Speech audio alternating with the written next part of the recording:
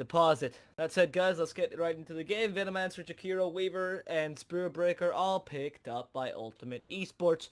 As HappyFeet pick up a Shadow Shaman, a Bad Rider, a Clockwork, and a Puck. Alright, well, looking into this. Ultimate will have Venomancer. Okay, so look at this. We have HappyFeet going for a very team fight-oriented lineup. Really strong lanes. Actually, really good ganking power as well. A Clockwork to push back into a Shadow Shaman Shackle seems quite easy. For some reason, their heroes are very small, so clearly Ultimate Esports is going to overpower them with strength. No, HappyFeet has a really good team fight potential themselves as well, which is something to be considered, because the Puck and the Bat Rider are actually really good to initiate those early game engagements, with the Shadow Shaman and Clockwork also adding to that, and they have a lot of stuns to deal with that Weaver. Whereas Ultimate Esports go for something different, a bit more ganking potential in the early game, combined with a lot of pushing potential, with a carry that does not require, or is not required too much babysitting, meaning Spirit Breaker and Jakiro are free to roam, together with a Venomancer, so that's probably going to go off, I want to say off lane, but it could go mid, and that way you have, some not really secure lanes as much as easy deploy lanes. Oh, HappyFeet actually just added Morphling. He got a great team fight potential with a very hard carry, and also a great hero to stop the Weaver. Very, very hard to gank him as well. Honestly, I do not like Ultimate Esports lineup at all. Ultimate. 10 seconds remaining. 5 seconds remaining.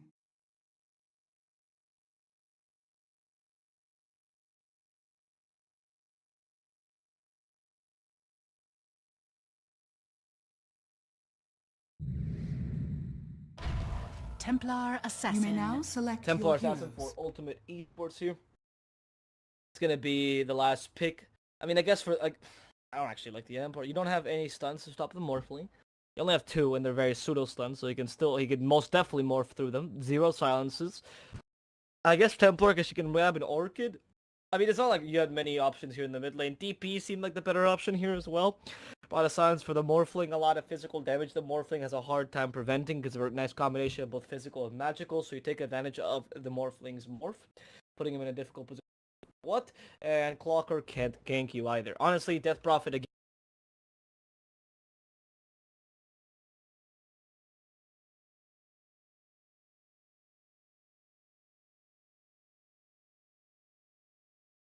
Consider her, because she is a hero, especially in this draft, and it would work really nicely with your lineup as well, especially with Stark probably going for, oh, it's an offlane Weaver, really, as opposed to a kid.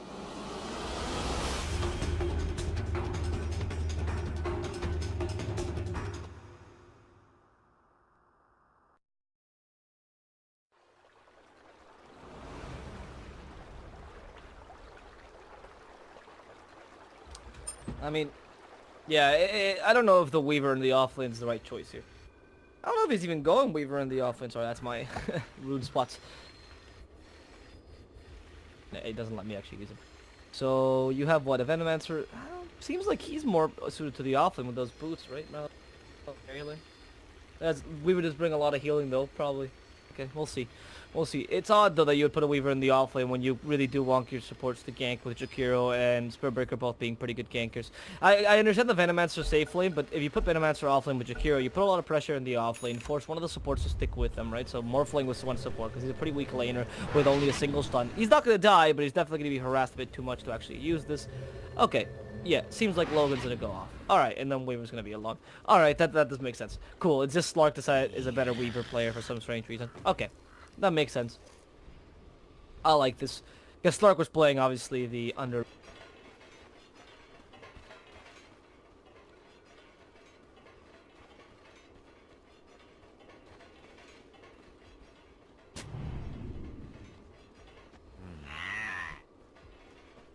Now here's Jules. Oh, Tranquil Boots. Nope. Not gonna find him.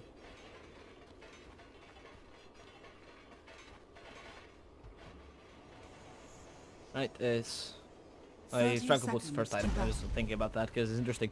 So they're putting a lot of pressure already here in the bottom lane. HappyFeet probably taking 2 runes, 3 runes, because it's really hard to actually harass a Shadow Shaman in the early game or try to go against a Shadow Shaman. The Clockwork also has that Battery Assault, can easily get first blood as well if they find anyone in a bad position. Did not even get for Battery Assault, actually went for Cogs level 1. Interesting choice. So that's definitely a mid lane harassment, essentially. That's not a bad idea. Oh, that charge. Forcing a charge level 1 against Jesse Vash. Yeah, Morphling should still be able to get this rune out. Maybe not. At least try to steal it from them. Nope, uses the Aftershock. That's level 1 Aftershock. Yeah, it ended up being a much more beneficial kill for Ultimate Esports. It responded very well to that aggression, and they even got the first blood for Logan, who is going to be running mid? Is that serious? Is it Logan mid versus...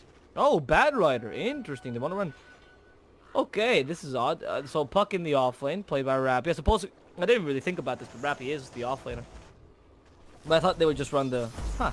I think Bat Rider mid versus Logan. This... Obviously, Bat Rider would destroy TA in general, but I don't think the Venomancer is too much of a better matchup, especially in the early game. With the Clockwork helping out. Look, Clockwork, Cogs, finds the Courier. Oh, no. They don't want to... They don't care about the Courier. They go for Logan instead.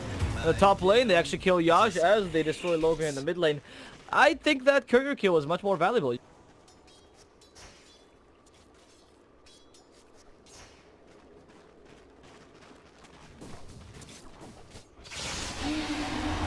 In the top lane, we see another charge from Yato. We'll find Jesse Vash slowing him down with dual breath as well. And like I said, Yash, very weak laner. You can put a lot of pressure onto him easily. And the TA, it's only level 1 Sideblades and already gotten 2 kills on Shadow Shaman. Maybe.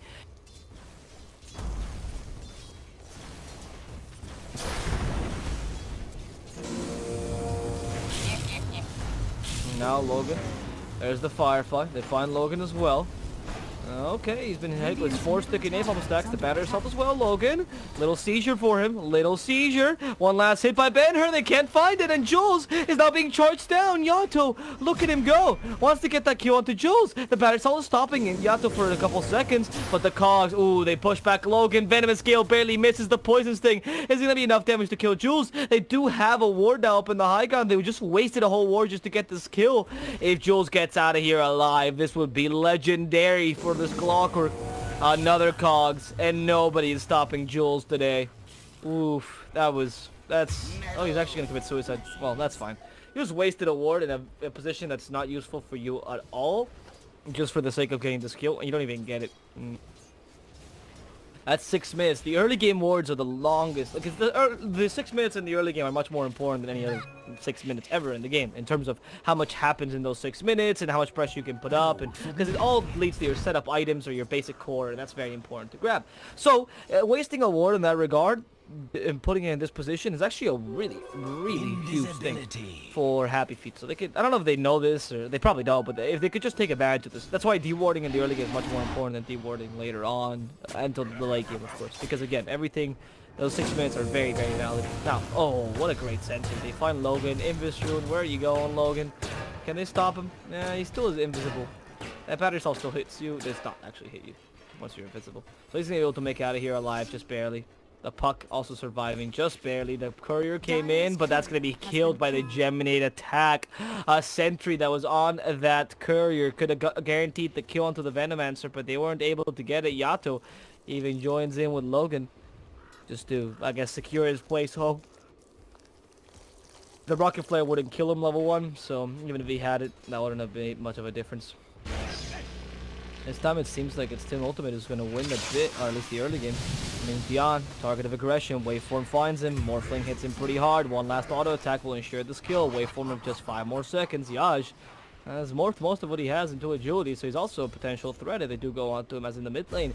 Jules decides to follow Logan once again. The Radiant Courier's killed. I don't even know how they managed to kill it. I think it was Rappy actually finding him, so Courier for Courier. But that was carrying a Ring of Aquila for the Weaver. A bit more valuable. The Shackles, oh yeah, he starts to morph, but he messed up. However, they will be getting that kill. Jesse Vash at least ensuring it wasn't all for naught. And the Poison Orb finish him off. One last hit by Yato to ensure that kill. Don't let him do anything.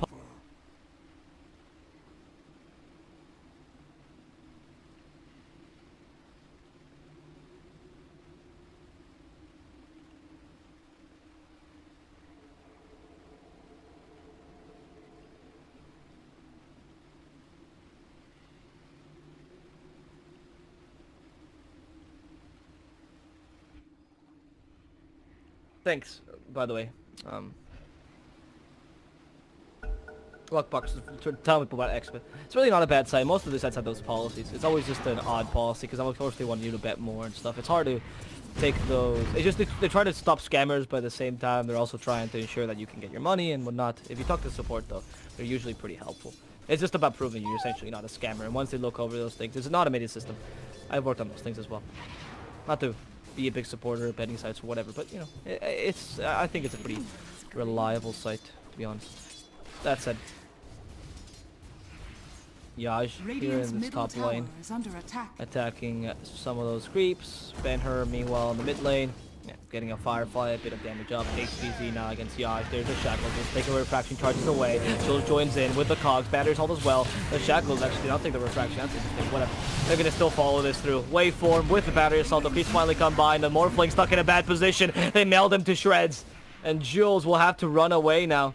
That was odd. I really thought the Shackles would deal a bunch of instances of damage and would stop that refraction, but apparently it's not enough damage at once to actually stop the refraction from happening.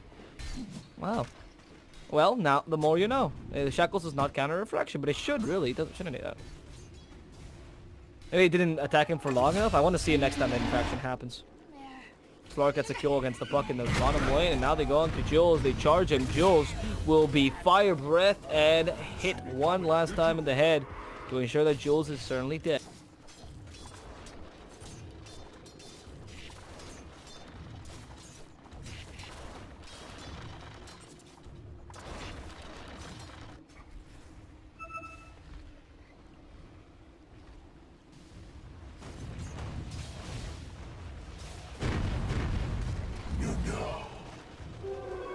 Invisibility. No. In the mid lane, another rotation, this time trying to find Ben-Hur, who's been doing really well, and the only person that's actually been last hitting properly this whole game, which is good to see. I mean, at least obviously for HappyFeet, because at least Ben-Hur will get a quick Blink Dagger, and even go for a Drums Blink Dagger build. He did go for a bottle, so I guess Drums are out of the question a bit more. You want to go for Blink Dagger pretty early, take advantage of your Bat Rider, and he also went for an early lasso, which is not as common anymore. Anyway, we're gonna see a kill probably onto Mingyan. Maybe not. Morphling, not quite aggressing him as Yato has a surprise. Ooh, that was a lot of damage. The charge finds him, tries to morph, waveform to get him away, still has the magic stick. Should be able to survive this liquid fire just thanks to that magic stick. And it salves back up. Woo! Morphling survives another day. Good. As the TA has been bullying him a lot in lane. He has not been doing too well. He's too much support Morphling at this point, and oh, in they go. Another charge. Yash, why are you playing so aggressively? They're gonna punish him yet again. HTZ getting that kill. And Ben-Hur's like batting away to the rescue, trying to find HTZ. He comes to the Firefly, sticky napalm. That gives him vision. HTZ can't even TP because the lasso will stop that from happening. And this Templar Assassin will be stunned out, dragged in, and destroyed. As in the bottom lane, Rappy, suffering the might of Slark, has no illusory orb just yet, but they are charging him. I mean, the charge is pretty much just to give vision. Rappy has to use a phase shift, but does not use it in time. Could have at least tried to jaunt to prevent some of the damage, but did not phase shift because he did not see the attack animation from the Weaver, I can only assume. Another mistake by HappyFeet leading to their death. The puck at least is pretty well farmed, all things considered. He's actually beating the Weaver. But you really got to get some farm up for your Morphling, and Yash decided to finally rotate to this mid lane, saying, fine.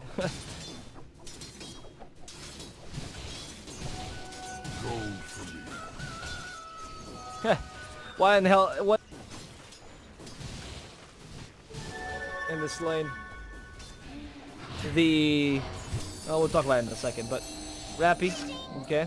Being followed through. There's the charge. Rappy. Ooh, evades the charge this time. Dream Coil as well. Waning Rift to prevent any follow-up, but he's going to die anyway to Yato's damage. That Dream Coil sticks him down, but doesn't do anything besides that. Yato actually had a double damage there, so that's why he managed to get that kill onto the puck and dealt a ridiculous amount of damage. Surprise double damage, I suppose. Should have really come out. I guess, right, yeah, coming out in Dream Coil was the best thing you could do. Anyway, I think the TA offlane here was a good idea, by the way. Not really offlane, but aggressive dual lane with the TA, because the TA counters Morphling pretty heavily. And the puck TA is not really true. Okay, wait. It's not such a hard counter as people think. Anyway, Hex finds the Third Breaker, still has double damage. Now Shackles, goodbye to double damage, and goodbye to your life as well, as he may be burned to a crit by the Firefly from the Bat Rider. Yeah, it's not like TA counters puck that much, it's more of a skill matchup, so I see the point of running the TA against Morphling. She's really good against him. And we'll say why in a second. As soon as Dion dies, right? Because, oh, maybe not dies actually. 4 stacks to stick the napalm, that's a lot. 5 stacks now. And Ben-Hur stuck in a pickle. They're charging from all sides. Double pincer attack. Dion managing to survive for now. Rocket Flare won't help him as Ben-Hur goes down and Dion survives just barely. That flame break, not enough damage. That last tick went. Anyway, the point is, the Puck and TA is actually very much a skill matchup. Puck is not actually that bad against TA, despite what most people think, because his low cast points, it's really hard to actually refraction away, like a Waning Rift, for example, or an Illusory Orb even, because it's really hard to see animation, frankly, and a really fast cast point as well. Oh, okay, that was not a good idea. Rappy phase shift, rents the damage, silence onto Slark. Can they finish him off just in time? The Dream Coil triggers Slark! Way too cocky! And the lasso stops Spirit Breaker from walking away. A burnt up cow will mark the death of Team Ultimate in this bottom lane. Anyway, the point is, the TA actually does counter Morphling, and the reason why is because he has a lot of mixed damage, which is fantastic.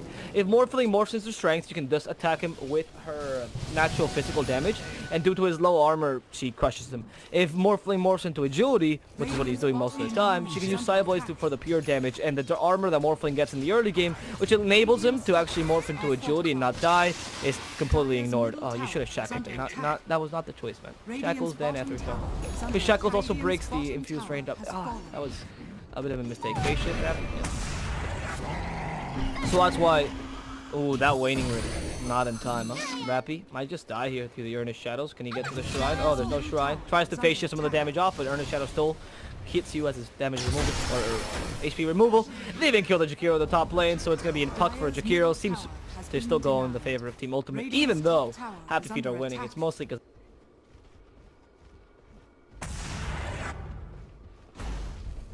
Radiant structures are fortified. I wanted him to move and follow TA. Yeah, I think that's a good idea. I agree with that, as opposed to leaving the Morphling against TA. It seemed like an odd choice there to leave Morphling versus TA, because Morphling can also go mid. Yeah, that's actually a very good point. Yeah, I see your point now, Lux. I confused what you were saying, but yeah, I agree. The Morphling here, she could have just moved and rotated mid against Venomancer. Morphling's pretty good against Venomancer. In fact, he's actually fantastic. So I like what Team Ultimate did in terms of rotations, but you should have mirrored more movements, not let Ben-Hur farm so much. He's not that relevant as a hero. Oh no, he's stuck. Uses the lasso, but he's stuck in the macro pyre. Does he have enough damage? Yeah, flame break to the bottom ground, and no, you walk in the Firefly, you die. And Sakiro's also stuck in the high ground. What a play there, a weird play. Jesse Vash considering the whole Shackles thing and thinking, hey, it's not a good idea. He might just die to the melt damage, the cogs. Ooh, no need for them as he just makes that alive, but 1 second. One last.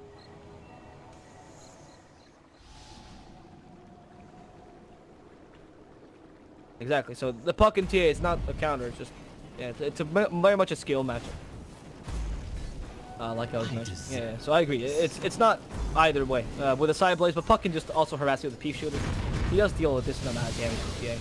Even with 2 levels of refraction, you're able to stop you to some degree, especially with a support rotation. That's the biggest thing, right? You couldn't rotate your supports to the offlane to kill the TA. That's odd.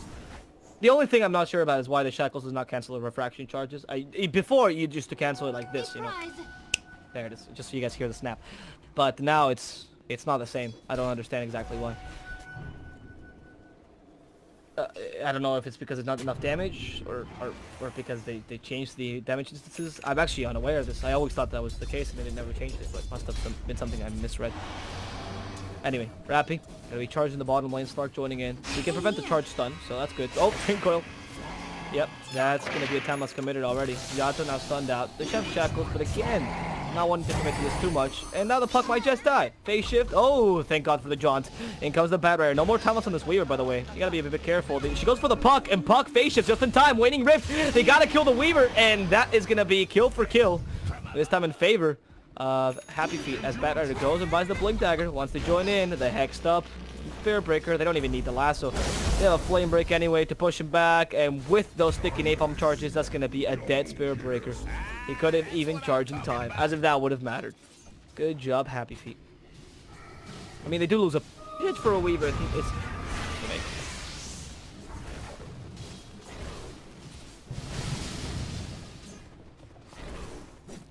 so it's hard to explain to you. I'm not trying to prove you. I'm just trying to explain the points you bring up. I think they're interesting. If I'm talking about your points, it means you're not dumb. That's my point. Anyway, HTZ can a bird to a crisp here. Hook shot misses. I don't know why these. It's the second hook shot you see like a. Oh, by the way, let me steal that kill hook shot. You could have just saved it. There was no need for it. It was obvious, and you could have just... I guess it was to kill secure. I understand that, but if you had just saved it for another second, you could have been in that second kill, or at least stopped the Weaver from attacking the Bat Rider or something of the sort. It's a pretty long cooldown in the spell that you use for that purpose. Anyway, Slark, okay, being hit pretty hard with his blocker. Yato actually sticks himself in the cogs. The Macropyre won't do much, and look at those beautiful cogs stopping everyone from attacking him. Don't stop there! The battery joins in with the Firefly. A lot of damage. Flame Break. Can he save the Clockwork in time? No, he won't. Jules will go down, and Yato, maybe not the easiest target to kill. Well, actually, for this Bat Rider, there's too much magical damage. Shadow Shaman joins in, wants to find Mean Dion. Where's the Shackles? Where's the Hex? No need for it. He's just gonna keep his invisibility intact as Ben-Hur gets that kill. No? Okay. Gonna use that invisibility for an Ether Shock. Meanwhile, the Weaver, finally before she gets to the Shrine, and Rappy ensures that kill happens. The Dream Coil is available. He can still... Nope, he cannot prevent any damage, but the Snakes are here with the Shackles. TA stuck to the ground, stunned out, and silenced before the puck can get killed. He just walks away with a jaunt and the waveform to finish off the TA. Yash, confident as always, just swims over this TA and drowns her in his fluids. Now Ben-Hur has a lasso, can stop Logan's TP, calmly just walks up to him, drags him out. Firefly with a sticky napalm stacks. Ben-Hur is dealing so much damage, and this is a Bat Rider we haven't seen in a while, a Bat Rider mid that's actually taken advantage of the great amount of magical damage that Bat Rider can do with the Firefly and sticky napalm. I love it. Ben-Hur is playing exactly like you're supposed to play when you have a core position.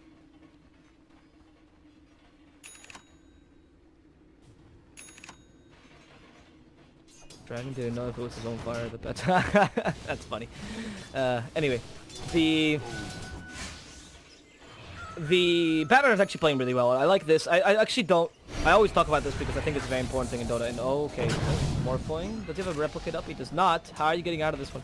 How are you getting out of this one? Probably not. Nether Strike. We'll find him. Yash pulls back again. He's morphing best he can, but even a Morphling cannot sustain this much damage. The Weaver actually is really good for the Morphling as well, because same idea to TA. He punishes you once you start morphing by reducing your armor further. Anyway, I'm gonna find HTZ. Just let me talk about the battery, please. Jules, he burned down in the middle of the firefire.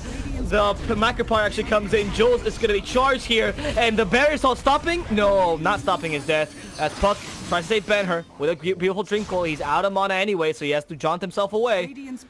His safety. Jesse Vash walked in a bit too far in. Can they charge him? Utilization to his advantage. There's the Arcane Boots. Dream Coil finds Yato a bit too early as he couldn't cancel the charge. Now Shadow Shaman stunned out and killed off.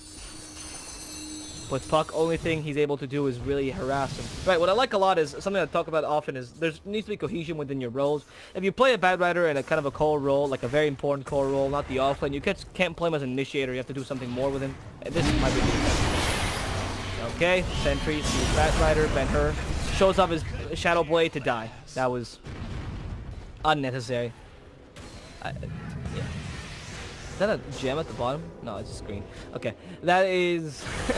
it's a screen board.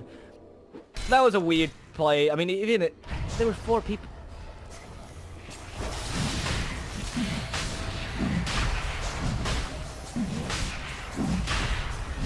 Yep, we're gonna see the Roshan now fall to the power of Team Ultimate.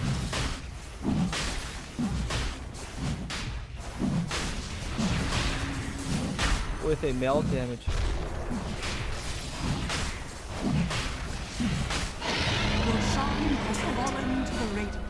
HTZ, Aegis of the Immortal, going his way. How's Yaj? Oh, try to find Lincoln. There's his son. They find him twice, and with another strike, Yaj is gone. Goodbye.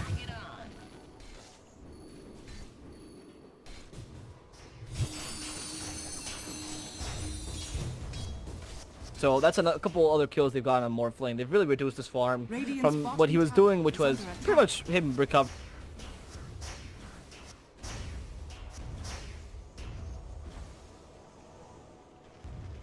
For him. Ben-Hur himself is playing a bit too aggressively. I like the Bat Rider he was playing earlier, but he needs to start initiating with his team. He's not godlike. He's a Bat Rider after all. There, he might just die to the Venomous Gale damage. Can you deny him? Deny him? Deny him? Deny him? He's gonna... He's gonna die. Oh, no, yeah, magic stick. Never mind. He believed in himself, and I was wrong not to... Radiant's middle tower is under attack. Oh, you're Method Quando. Alright, cool, man. Yeah, okay. That makes sense. I always see you and I always thought, this guy seems really nice. Whatever. Stunned out, Templar, burnt, and we're gonna get some fried chicken for dinner. However, the Aegis will ensure that this KSC will not be ready for table just yet. I need to fry her a second time. The Shackles finds her with the Firefly as well. In joins the Weaver. They gotta stop the Shackles. HTZ is already dead, and the Dream Coil perfectly used to stop the Weaver's aggression. Jesse Vash stops the initiation from the Space Scout, and can he make it out alive? The Nether Strike actually misses on the Puck. The Puck trying to burn some of the damage. Jesse Vash next objective, but Rappy is found by the Nether Strike, and Venomous Gale barely clips him. That poison coursing through his veins, leading him to his death.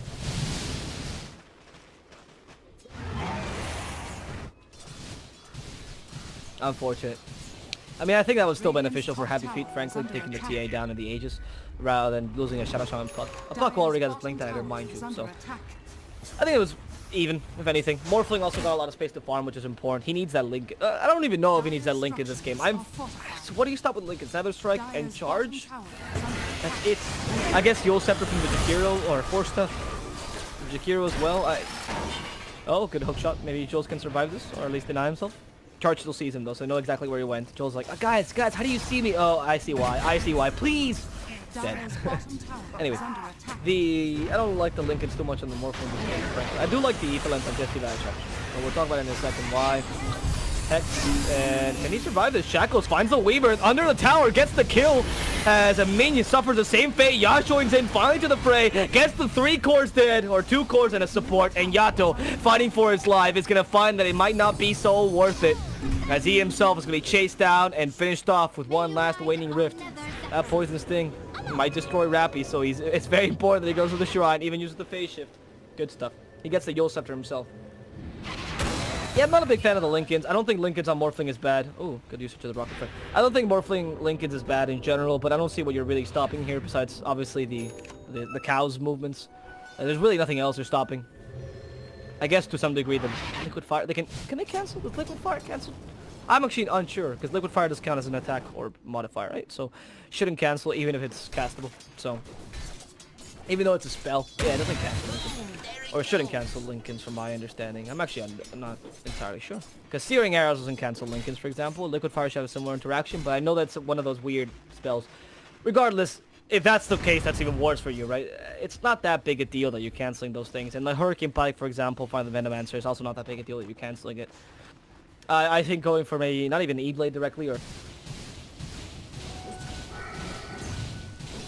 what the Lincolns gives you, but in exchange you get a much better way to stop a lot of the things that the enemy team has. Actually, you can take away the meld, for example, the minus armor from the meld and from the Desolator, which is also debuffable, or dispellable. You can take away the Weaver's Shukuchi, or the Swarm, by getting your illusions to attack it, for example.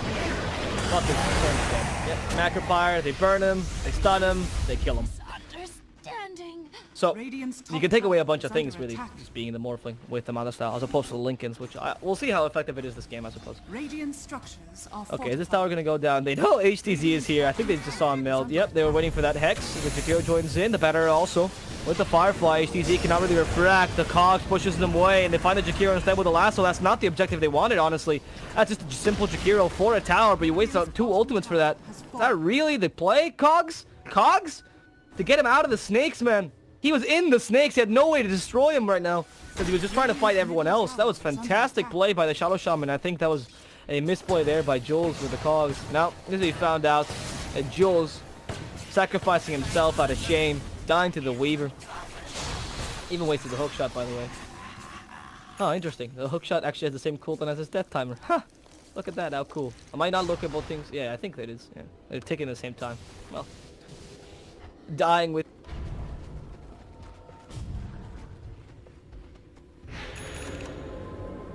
into this game. I am surprised. They're playing pretty well. I also think HappyFeet are making a couple mistakes. I do like some of the itemization choices. For example, Jesse Vash's Aetherland seems pretty good here for the Shadow Shaman. I actually very much like Jesse Vash's Aetherlands because it's going to allow you to Shackle and Hex from farther away and not be in the team fights often. So that's actually a very valuable asset to have. I do not agree with that Linken's. I do think, again, the Manta style would have been 10 times better. The Bat Rider... Like, I'm okay with the itemization choices, but his playstyle sometimes is lackluster because he's playing a bit too aggressively when there's no need to do that. And now in the top lane, we actually find a Morphling that goes down again. So, that's another kill for the Morphling. If only he had a way to stop that. Oh, the Linken's actually got triggered and nothing happened? Yeah. Surprise. So Linken's does nothing. And they find you in a bad position. Honestly, no item can save you from those kind of plays. Tower is under attack. Foaming in.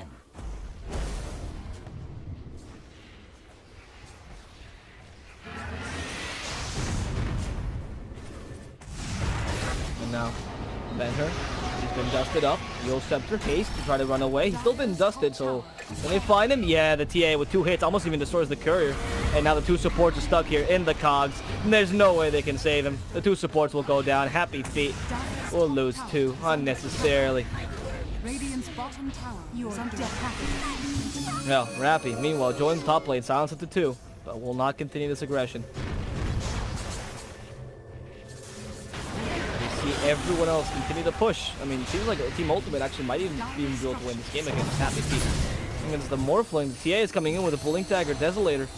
Yeah, granted, actually she's going for Linken, which in this case I do think is a great choice for TA as opposed to the Morphling. Hey, Morphling confuses team. There's a net at the strike, almost kills Slark with a beautiful Dream Coil. And the Waning Rip to silence everyone up. Logan finally uses Poison Nova, but he's been hexed up. He's gonna go down first. Can they follow this up with someone else? Rappy, Yo Scepter finds the Weaver, perfect target, Shackles, and the Bug is gonna get squashed by the wave. HappyFeet really do come back. I just find it really exciting when Weaver dies in general. Don't call me biased, I just hate a Weaver. Anyway, the Spirit Breaker, stuck in the cogs. Can he make it out? He really can't charge out of the cogs because it just stops you. Now finally he should be able to charge out, but the Waiting Rift prevents this from happening. As they get the kill onto the Spirit Breaker, they defend the tower yet again. Defend the towers yet again, but they do lose the tier 3. So, an impressive showing by Team Ultimate that shows that, yeah, they took a tower down. They can go for Shrine. So if Ming-Yan just die here. These solo kills by Bat Rider, okay, actually. A lot of damage with the sticky napalm and the fire and Jakiro. I mean, you have fire and ice, and Bat Rider is just fire. In pure Pokemon terms, Bat Rider wins. This is pure Pokemon maths, right? It's Pokecockles. Everyone knows this, so. There's just no way you can beat him. Alright. Radiant's middle tower is under attack. Jules.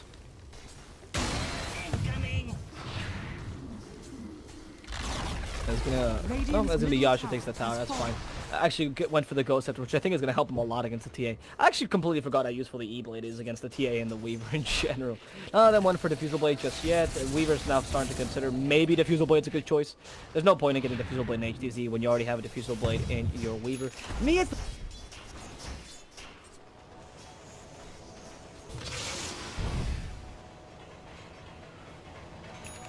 I wouldn't mind that.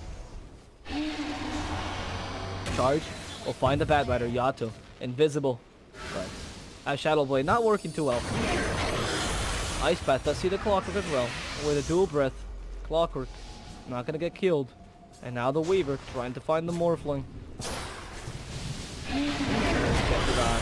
He's been left to die here. The scapegoat for this team as everyone else in his team is...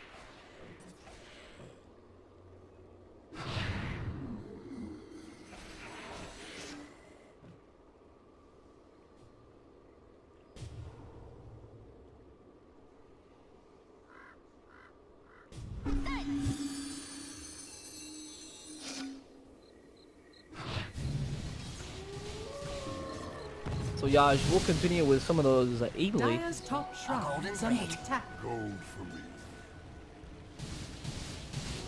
A prize.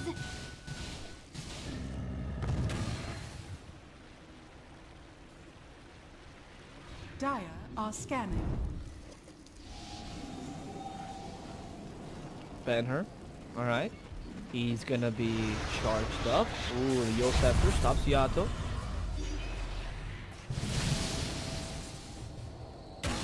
Nobody found yet.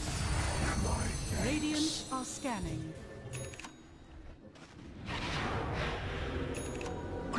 Actually, these shrines are now discovered, right? So they're... Sorry, that's not discovered. They're vulnerable. I always say that the stupid translation for the Spanish, but they're vulnerable now. Which means that HappyFeet need to be able to protect better. Let's see, a bit of a smoke coming out from HappyFeet themselves. Rappy, Jules, Ben-Hur, and Jesse Vash all joining into this great smoke. Well, let's see if they can take advantage of it. They see the Roshan though. Ben-Hur together with Jules and Rappy. They don't want to go for the Roshan. They want to go for a kill. The TA found out first. The Shadow Blade used a bit too late. MSC him with the ward. This Bat Rider might just lose his gem in the middle of the fray. You don't want to let that happen. Bat Rider stunned out. Ben-Hur can still survive. And they actually managed to kill off Logan, but not before his Poison Nova comes out. The puck prevents some of the damage from Poison Nova by Yule Sceptering. It actually prevents the actual thing from hitting him.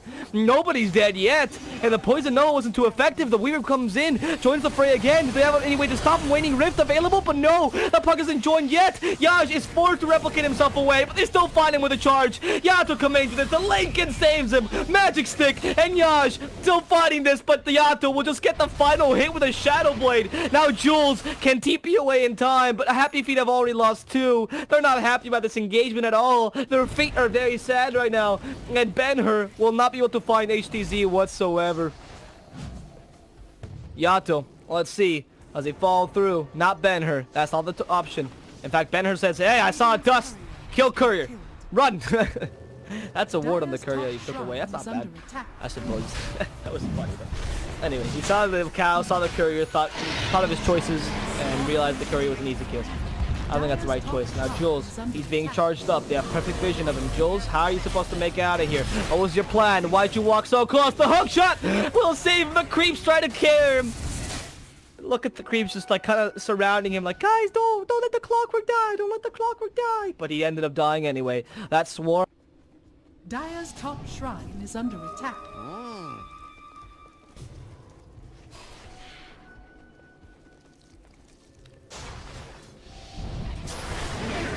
There they go. Ben-Hur. Oh, there's a Lincoln that finds the Weaver. Oh, a little bit of a charge. They do kill the White Rider. He's destroyed, stunned out, and killed off. The Poison Nova now from Logan. It's a couple of them, Under attack. Dire's structures. but no one enough.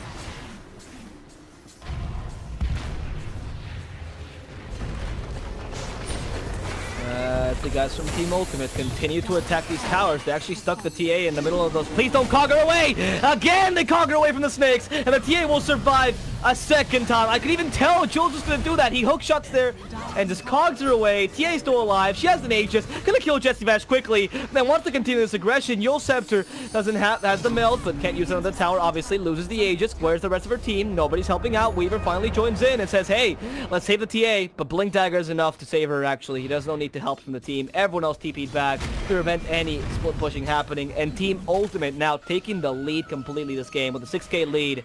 And of course, some shrines starting to go down, and Elena Rax already in their name. With Weaver decides to take the Ancients before the shrine. Okay, whatever. I guess it's quicker.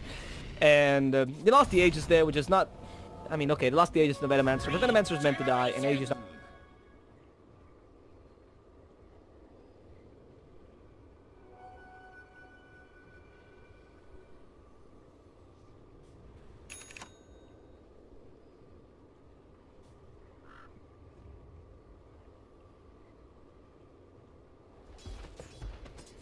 There's a slight smoke gang coming from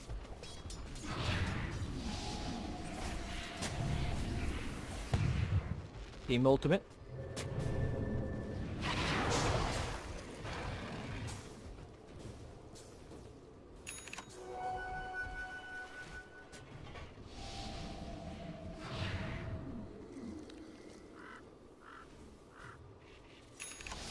With Diffusal Blade now on this Weaver, Bat Rider, might see someone. E-Blade already completed on this Morphling, that might turn the tide around. The puck, the Ice Path, misses everyone, and the puck also decides not to hit anyone with the Ice Path, or with the Waning Rift. Yeah, that clockwork is definitely a fake. Yeah, Look at him. He just kind of gave up on life. There's no way that's a real Clockwork. So, they lost Replicate, which is quite important. But I guess it's not that big a deal because they have it very soon anyway. Did he go for the cooldown? That means Replicate is almost always up, if I'm not mistaken. Yeah, only 10-second difference.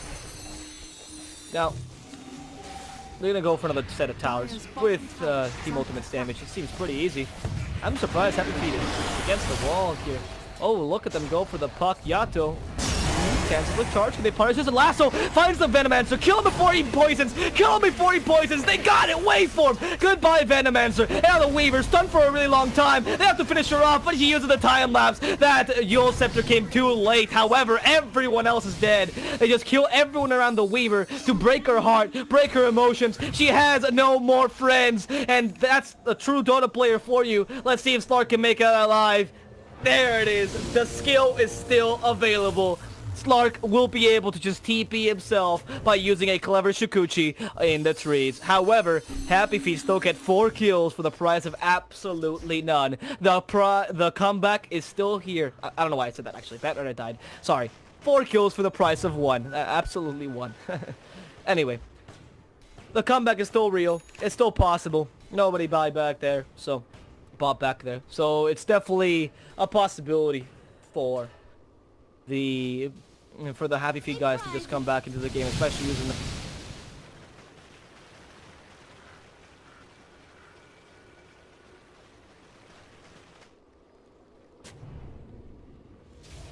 Force Staff. Now for this little Shadow Shaman. Now it's Clock himself, gets the Crimson Guard. Okay. Adaptive Strike. Die, creep! The face. Alright.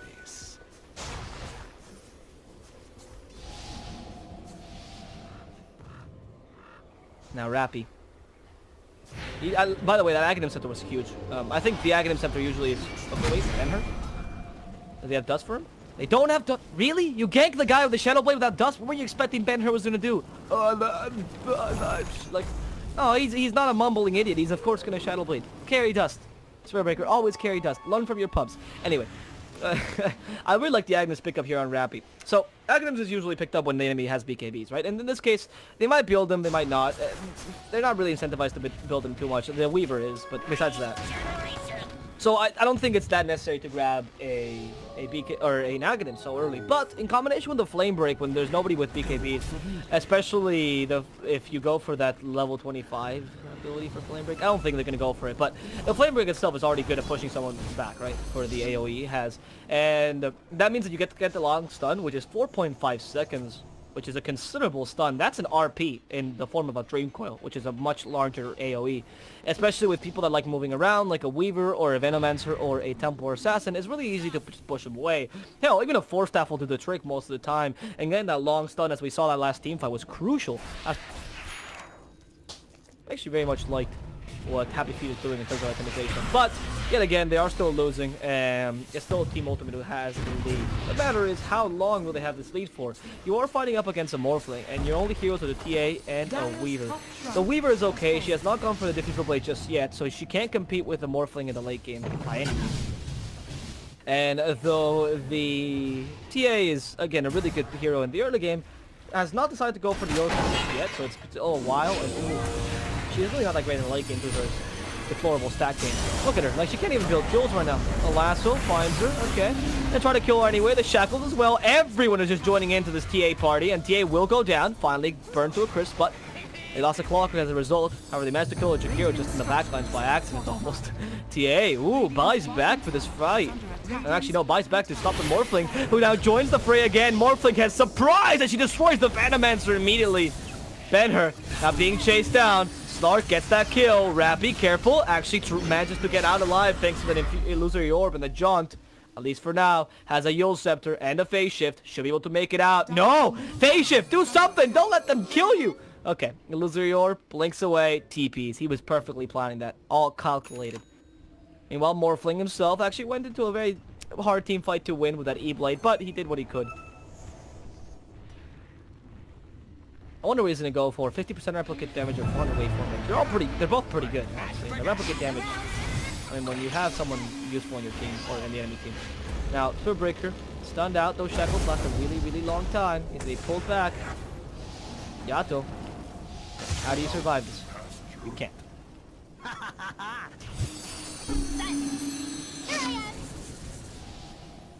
Did anyone bet for HappyFeet to win 2 in a row? Not that easy, huh? Anyway, Ben-Hur going for the courier snipe a second time, or maybe the TA snipe. He knows the TA as invisible, so it's fine. They both had buyback, actually. They both fought back there. So both the battler and the TA committed buyback. Battler wanted to punish and try to get a dieback onto the TA, which would have been wonderful in a next level play. Well, not a next level, but like the play that they needed for HappyFeet to really get back into the game. Sadly, they weren't able to do this. Now the question is, do you really want to kill Roshan? How do you kill Roshan, really? Right, the reason why the Morphling Replicator might not be their choice here, even though I usually would like to go for that over the waveform range, is mainly the fact that it really...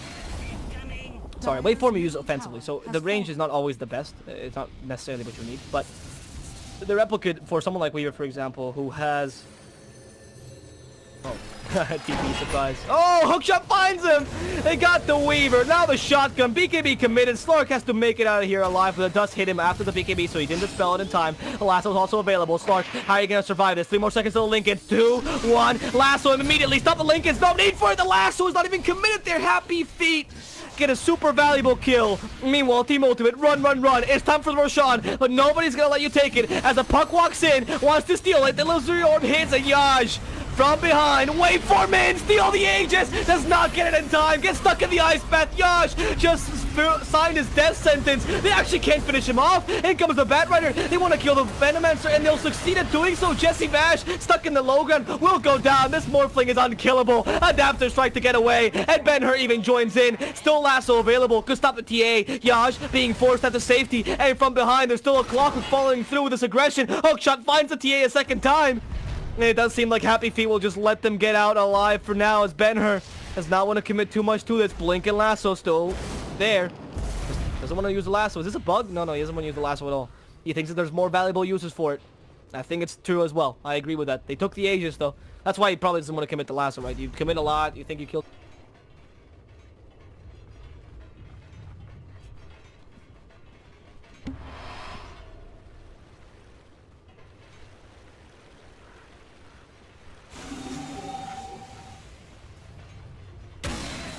Regeneration. Dire's bottom shrine is under attack. With this, Ben-Hur. Oh, he's gonna be chased down. There's a Shadow Blade. Yakir, ooh, they fight him with the dust. Ice Path misses him, but the charge will come in, and Ben-Hur, Yule Scepter just in time. No Nether Strike for you, Spirit Breaker. No Nether Strike for you, you angry cow. Anyway, what I also want to talk about is that Weaver talent. 35% magic resistance. I completely agree with that. You're up against a Morphling, a Puck, and a Batrider. They pretty much only have magical damage. Yeah, you can be really fast, and you can be the go for the race car, but I think that's 10 times better, frankly. Oh, he did go for the Flame Break AoE. I was not wrong about that. Next level prediction.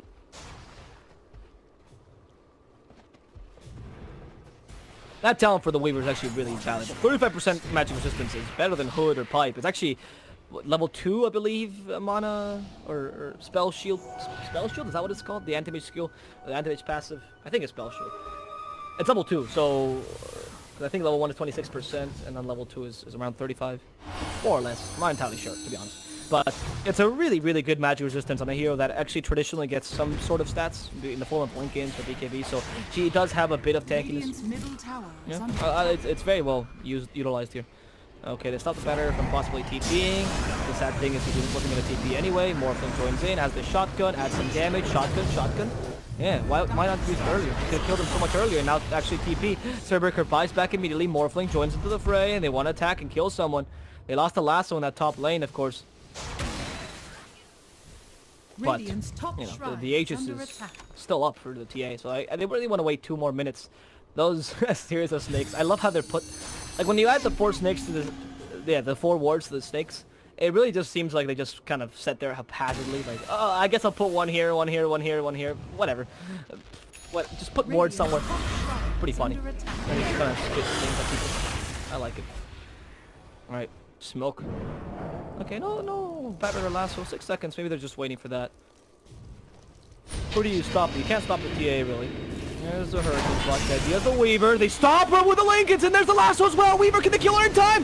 Oh, yes, they can. The shotgun's there. Weaver's dead. Yatu walks in, has to kill Ben-Hur. The Nether Strike won't deal any damage, and the Morphling with a machine gun of water destroys the Spirit Breaker in. Now Shackles finds the Weaver a second time. This could be a perfect dieback as she time-lasts back into the fight, but this time-lapse might cost her life.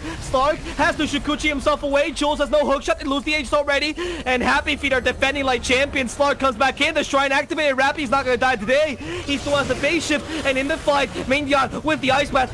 There it is. The Shadow Shaman stunned out, but Mingyan might not be so lucky. Look at him go down. Yash trying to run away from the TA. TV's back to base. Yep. The Weaver's still not dead. Still fighting. Jules trying to get some time, and there's Yappy coming back in, but can't kill Slark. The damage is just not enough. The poor Morphling. Can he kill Slark again? No, he can't. They can't force the dieback. They can't punish that play. That time lapse might have won the team fight here. As Team Ultimate follow Yash, he has to E-Blade himself. That's all your offensive potential gone. Slark just needs to chase him one last time. And Yash forced to morph entirely into strength. Forced back into your base. Get back into that fountain, they say, as they continue to push these towers down. A Silent Stop Weaver is going to be perfectly fine, and Rappy not joining in, not knowing what to do. His head is out. He does not know how to defend this without his Morphling joining in, but his Morphling needs to morph back to agility to deal some damage back in. And of course, the Mannequins are now up. It's time to push this throne. Yash walks in, wants to kill Slark, but the Shikuchi saves him a second time, and now Yash, he has to fight against the world by himself, but HCZ does not care about this pool of water. He just cares about this dire Ancient. They kill the Weaver, but the Morphling also went down, forced to buy back. The Ancient will die. Team